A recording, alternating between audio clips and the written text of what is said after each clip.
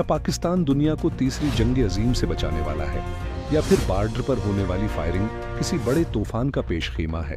Middle east की जंग ने पूरी दुनिया को अपनी लपेट में ले रखा है और इस वक्त तमाम आलमी ताकतों की नजरें पाकिस्तान पर टिक गई हैं, क्योंकि पाकिस्तान इस वक्त एक बहुत बड़ा सफारती किरदार अदा कर रहा है।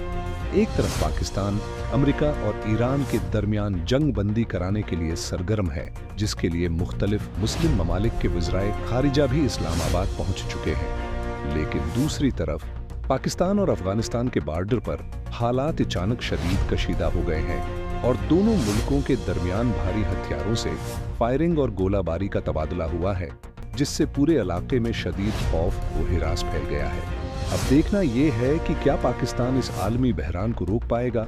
आपकी इस बारे में क्या राय है, कमेंट सेक्शन में जरूर बताएं और मजीद सच्ची और धमाकेदार ब्रेकिंग न्यूज के लिए हमारे चैनल को अभी सब्सक्राइब करें।